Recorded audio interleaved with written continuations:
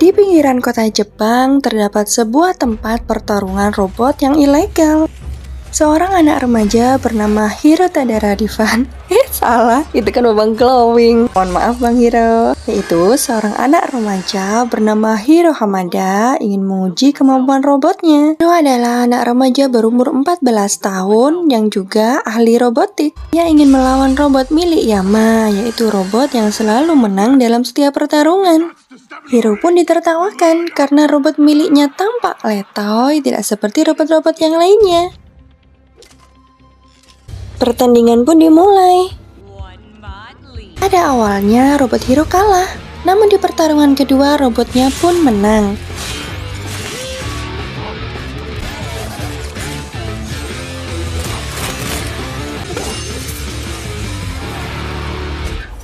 Hal itu membuat Yama sangat marah. Ia pun merampas robot milik Hiro dan teman-teman Yama ingin menyerangnya. Beruntung kakaknya Tadashi datang untuk menyelamatkannya.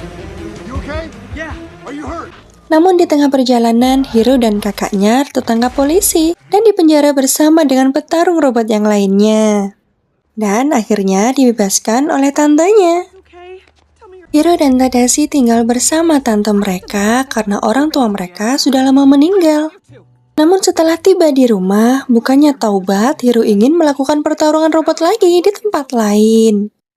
Hiro sebenarnya adalah anak yang sangat jenius dan ia sangat pandai membuat robot, namun ia tidak mau melanjutkan pendidikannya. Karena takut adiknya dalam masalah lagi, Tadashi ingin mengantarkannya. Namun sebelum itu ia mengajak Hiro ke lab robotiknya terlebih dahulu. Setelah melihat labnya, Hiro sangat takjub dan ia diperkenalkan oleh teman-teman Tadashi. Yaitu yang pertama ada Goku yang sedang membuat sepeda tercepat. Kemudian ada Wasabi yang sedang membuat laser induksi plasma. Kemudian ada Honey Lemon yang sedang membuat perabuan logam mulia. Dan yang terakhir adalah Fred, laki-laki pengangguran yang sangat menyukai sains. Ia selalu memimpikan maskot naganya mempunyai api sungguhan. Kemudian Tadashi mengajak Hiro untuk melihat robot ciptaannya yang ia beri nama Baymax, yaitu robot kesehatan yang sangat gemoy. Hello, I am Baymax. Baymax dapat mengetahui semua jenis keluhan pasien dan akan aktif jika seorang mengatakan "oh", This chip is what makes Baymax Baymax. dan akan nonaktif jika seorang sudah mengatakan "aku sudah puas dengan pelayananmu". Karena takjub dengan sains yang ada di kampus tersebut dan dibina oleh Profesor Callaghan yang sangat terkenal, Hiro pun sangat ingin memasuki kampus tersebut. Dan Tadashi mengatakan bahwa persyaratan untuk dapat masuk universitasnya adalah dengan mengikuti pameran. Jika Profesor Callaghan suka dengan robot ciptaannya, maka ia akan diterima. Hiro pun mulai ke bengkelnya dan mulai menciptakan sebuah karya. Hari pameran pun tiba. Wow, a lot of sweet tech here today. How you feel? Oh, You have nothing to fear, little fellow. he's so tense. No, I'm not. Say Hiro. Hero! Yeah. We love you, Hiro. Namun Hiro sangat gugup dan Tadashi memberinya semangat. Dan Hiro pun mulai mempresentasikan karyanya, yaitu mikrobotik yang dikendalikan oleh pemancar neuro yang dapat berubah bentuk sesuai apa yang sedang kita pikirkan. Ia dapat membuat konstruksi bangunan, transportasi, dan lain sebagainya. The only limit is your imagination. Akhirnya, presentasi Hiro pun berhasil memukau semua orang. Mikrobotik Hiro menarik perhatian seorang pengusaha bernama Alistair Gray. Ia menawarkan kerjasama dengan Hiro, namun dilarang oleh Profesor Callaghan. Karena Tuan Gray adalah pengusaha yang sangat licik yang menghalalkan segala cara untuk mendapatkan keinginannya. Robert. Dan ia pun diterima di universitas tersebut. Back to the cafe. Dinner is on. Sepulang pameran, Tadashi mengajak Hiro untuk mengobrol sebentar. Proud of myself. Ah, Namun, mereka dikagetkan dengan suara alarm gedung yang ternyata gedung pameran sedang terbakar. Melihat hal itu, Tadashi ingin masuk ke dalam untuk menyelamatkan Profesor Callaghan. Namun sayangnya Tadashi dan Profesor Callaghan tidak dapat diselamatkan.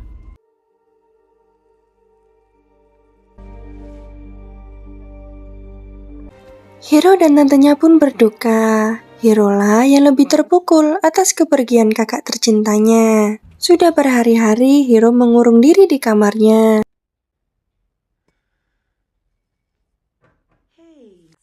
Tantenya pun membujuknya untuk move on dan segera mendaftar kuliah.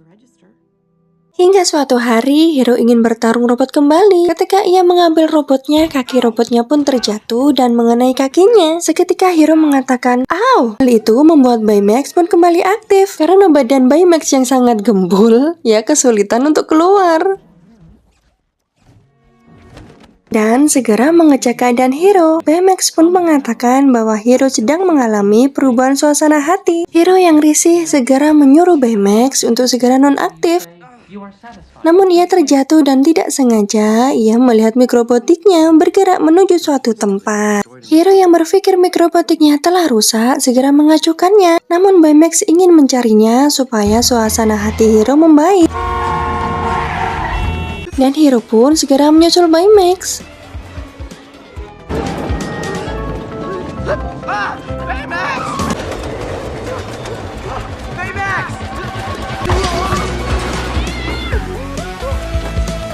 Dan mereka berhenti di sebuah gedung kosong.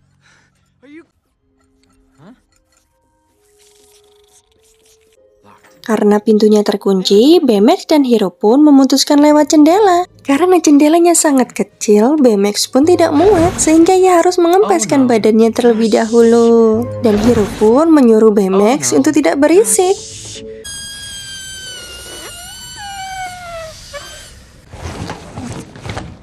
It will take me a moment to reinflate. Hiro pun sangat terkejut karena seseorang telah menciptakan mikrobotiknya dengan jumlah yang sangat banyak. Tiba-tiba mikrobot pun mulai mengejar mereka. Namun Baymax yang memiliki badan gemoy tidak dapat berlari dengan cepat. Come on, go, go, go, go! Move it! Huh. Suck it in! Whoa! Babe! Setelah berhasil selamat, mereka segera melaporkan kejadian tersebut ke kantor polisi. Namun, sepertinya polisi tidak mempercayainya karena Hiro masih kecil. Dan mereka berdua pun tertegun melihat kelakuan Baymax yang menambal badannya dengan selotip.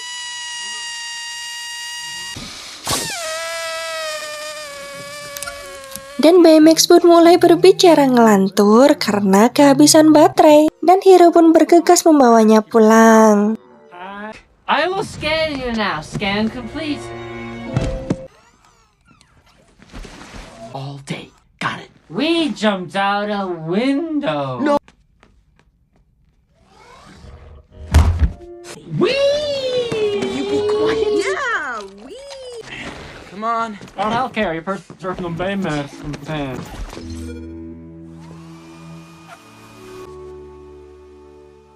This doesn't make any sense. Baymax melihat topi Tadashi dan Hiro mengatakan bahwa Tadashi telah meninggal karena kebakaran. Melihat Hiro bersedih, Baymax pun segera menghubungi teman-teman Hiro dan memberikan pelukan hangat. There, there. Dan Hiro pun mulai menyadari sesuatu. Ada seseorang yang telah mencuri mikrobotiknya dan menyulut kebakaran untuk dapat menghilangkan jejaknya. Dan seseorang itu harus bertanggung jawab atas kematian Tadashi.